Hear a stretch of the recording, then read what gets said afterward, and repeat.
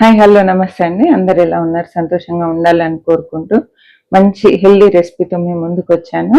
ఇప్పుడు వర్షాలు పడుతున్నాయి కదా, మంచిగా మసాలా పప్పు చేసుకుంటే సూపర్ ఉంటుందండి పెసరపప్పుతో. ఆ రెసిపీ ఈరోజు నేను మీకు షేర్ చేయబోతున్నా.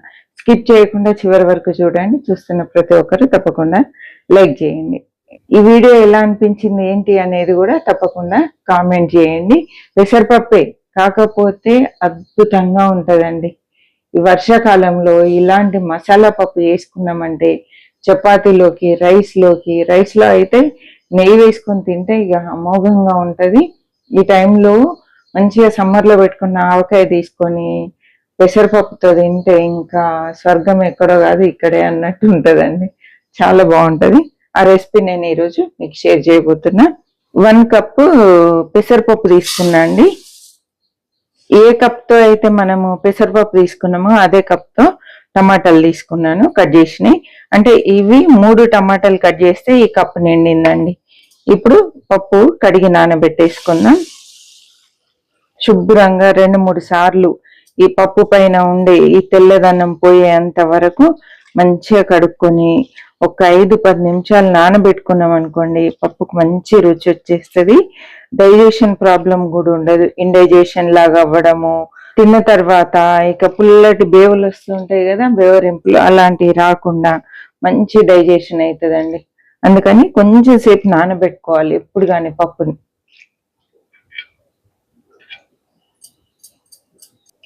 నీళ్ళు పోసేసి కొంచెం మూత పెట్టి పక్కన పెట్టేసుకున్నాను. ఒక 3 టైమ్స్ కడిగినా అండి నేను. ఇంకా ఇలా పప్పు కడిగి మనం పక్కన పెట్టేసుకొని అన్ని తరిగి రెడీ చేసుకునేసరికి పప్పు నానిపోతుందండి. లేదు అంటే మీకు టైం ఉంటే కొంచెం ముందే పప్పు నానబెట్టి పెట్టేసుకోండి. స్టవ్ ఆన్ చేస్తున్నా అండి. స్టవ్ ఆన్ చేసుకొని ఒక మందపాటి గిన్నె తీసుకున్నాను. ఇందులో 2 టేబుల్ స్పూన్ల ఆయిల్ వేద్దాం. ఆయిల్ ఎక్కువ పట్టదు, పప్పు కూర కాబట్టి కొంచెం ఆయిల్ వేసుకోవాలి. నూనె వేడైందండి. 2 లవంగాలు వేసుకుందాం. మసాలా పప్పు కాబట్టి కొంచెం లవంగాల ఫ్లేవర్ ఉంటే బాగుంటుంది, గరం మసాలా ఫ్లేవర్ తోటి. ఇప్పుడు ఆవాలు జీలకర్ర వేస్తున్నా. 1/2 టీ స్పూన్ జీలకర్ర, 1/4 టీ స్పూన్ ఆవాలండి. కొంచెం జీలకర్ర ఎక్కువ ఉంటే పప్పులో బాగుంటుంది, అందుకని జీలకర్ర ఎక్కువ వేసాను. ఆవాలు చిట్పట్లాడినాయంటే పోపు దినుసులు వేగినట్టే. ఇప్పుడు ఒక్క ఉల్లిపాయ చిన్న ముక్కలు కట్ చేసి వేస్తున్నాను. 2 పచ్చిమిర్చి అండి, ఇవి కూడా సన్నగా పొడుగ్గా ముక్కలు కట్ చేశాను. అసలు పప్పు అయినప్పటికీ ఒక్కొక్కరు చేస్తే ఒక్కొక్క టేస్ట్ ఉంటుందండి. ఏ పప్పు అయినా చేయని బట్టి, చేసే వాళ్ళని బట్టి రుచి మారుతూ ఉంటది. కానీ ఇలా చేశారనుకోండి అసలు భలే టేస్టీగా ఉంటది. ఈ వెదర్ కూల్ ఉన్నప్పుడు మనం ఈ విధంగా మసాలా పప్పు అయితే బాగుంటది. సమ్మర్ లో మసాలా పప్పు వేసుకున్నాం అనుకోండి, అది హెల్త్ కి అంత మంచిది కాదు. ఈ చల్లటి వెదర్ ఉన్నప్పుడే మసాలా పప్పు చేసుకోవాలి. ఇది కొంచెం వేగాయండి. ఉల్లిపాయలు, పచ్చిమిర్చి బాగా ఎక్కువ కలర్ రావాల్సిన పని లేదు. కొంచెం కరివేపాకు వేస్తున్నాను. కొంచెం అల్లం వెల్లుల్లి పేస్ట్ 1/2 టీ స్పూన్ వేసాను. వెల్లుల్లిపాయలు వేసుకున్నా పర్లేదు, వెల్లుల్లిపాయలు కూడా బాగానే ఉంటది. అల్లం వెల్లుల్లి పేస్ట్ అయినా బాగానే ఉంటుందండి. చక్కగా అల్లం వెల్లుల్లి వేగింది, మంచి వాసన వస్తుంది. ఇప్పుడు పసుపు వేసుకుందామండి. ఒక 1/2 టీ స్పూన్ వరకు పసుపు వేసాను. ఒకసారి అంతా కలిపేసుకుందాం. ఇందులో టమాటా వేసేయాలి. తాలింపు వేగిన తర్వాత ముందుగానే టమాటాలు వేసుకోవాలండి. ఈ టమాటా వేసిన వెంటనే కారం, రుచికి సరిపడా కారం వేసుకోవాలి. 1.5 టీ స్పూన్ కారం వేస్తున్నాను. కొంచెం స్పైసీగా చేస్తున్నా అండి. పచ్చి ధనియాల పొడి 1 టేబుల్ స్పూన్ అండి. ఉప్పు కూడా ఇప్పుడే వేసేసుకోవాలి. 1.5 టీ స్పూన్ వేస్తున్నాను. ఫ్లేమ్ అయితే హైలో ఉంది. ఇలా అంతా కలిపేసుకొని మూత పెట్టి టమాటాలు మెత్తగా అయ్యేంత వరకు ఉడికించాలండి. ఇప్పుడు మాత్రం స్టవ్ సిమ్ లోకి మార్చాను. టమాటా ఉడికేంత వరకు సిమ్ లోనే ఉంటదండి. మనం టమాటా వేసినప్పుడు మాత్రం హైలో పెట్టాము, ఇప్పుడు సిమ్ లోకి మార్చాను. చూద్దామండి. చక్కగా టమాటాలు ఉడికాయి. కొంచెం ఇలా స్పూన్తో అంటే మెత్తగా అయిపోవాలండి. లేదు అంటే పప్పు గుత్తితో అన్నా మ్యాషర్తో అన్నా మనం మెత్తగా చేసేసుకోవాలి. టమాటా పప్పులో కలిసినట్టు ఉంటేనే బాగుంటుందండి. ముక్కలు ముక్కలు ఉంటే అస్సలు బాగుండదు. ఎప్పుడు కానీ టమాటాలు మెత్తగా ముందుగానే ఉడికించుకోవాలి. మనం డైరెక్ట్ పప్పు వేసేసాం అనుకోండి, టమాటాలు ఉడకక ముందు ఇంకా టమాటాలు అస్సలే ఉడకవండి. మీకు ఒకవేళ టమాటాలు ముక్కలు ముక్కలుగా పప్పులో అక్కడోటి ఇక్కడోటి వస్తే ఇష్టము అనుకుంటే డైరెక్ట్ గా వేసేసుకోండి. లేదు మంచిగా కలిసిపోయినట్టు ఉండాలి టమాటా అనుకుంటే ఇలా చేసుకోండి, రుద్దేసుకోండి.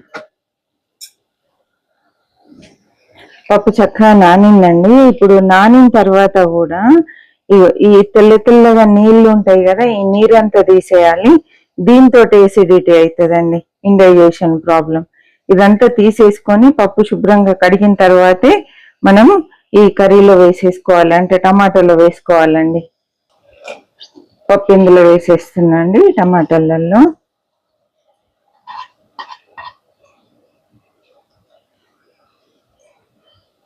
పప్పు కొంచెం దగ్గరగా ముద్దకూరలాగా దగ్గరికి ఉంటే ఇష్టం అనుకుంటే పప్పు ఒక కప్పెడు పప్పుకి 3 కప్పుల వాటర్ వేయండి. ఒకవేళ పప్పు లిక్విడ్ గా ఇష్టం అనుకుంటే మాత్రం 4 కప్పుల వాటర్ వేయాలి. నేనైతే పప్పు తీసుకున్న కప్ తోటే వాటర్ వేస్తున్నా అండి. నేనైతే కొంచెం దగ్గరగానే చేస్తున్నాను ఈరోజు. మసాలా పప్పు అనేది దగ్గరకు ఉంటేనే బాగుంటదండి. చూడండి, పప్పు పైన 1 ఇంచ్ వాటర్ ఉంటే సరిపోతుంది. ఇది ఇప్పుడు కాసేపు ఫ్లేమ్ హైలో పెట్టాలి. ఇలా పప్పు అంతా వేడయ్యేంత వరకు మనము మూత తీసి పెట్టి ఉడికించాలి. చక్కగా పప్పు వేడైంది, పొంగు కూడా స్టార్ట్ అయింది చూడండి. ఇప్పుడు కొంచెం ఫ్లేమ్ తగ్గించేసుకొని మూత పెట్టి ఉడికించాలండి.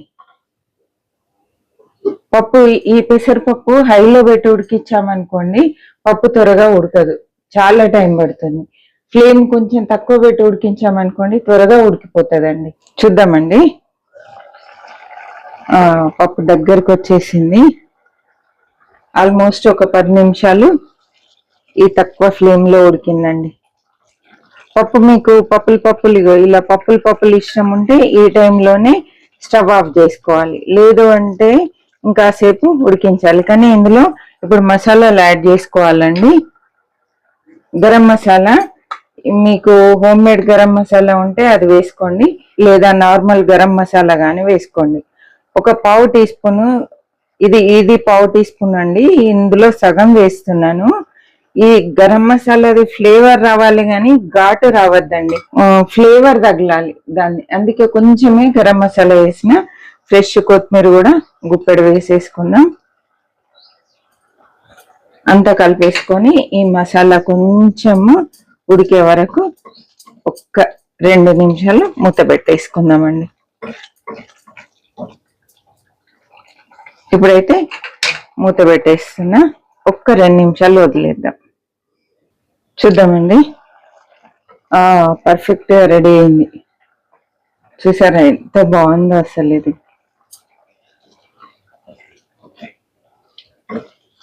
పూర్తిగా మెత్తగా కాకుండా, పూర్తిగా పప్పులు కాకుండా భలే టేస్టీగా తయారైందండి. స్టవ్ అయితే ఆఫ్ చేస్తున్నా, కొంచెం టేస్ట్ చూద్దాం. నేనైతే ఇప్పుడు ఇది వేడన్నంలో నెయ్యి వేసుకొని సూపర్ గా పచ్చడితో, ఇంకా దీనికి ఏం కాంబినేషన్ లేకుండా తినేయచ్చండి.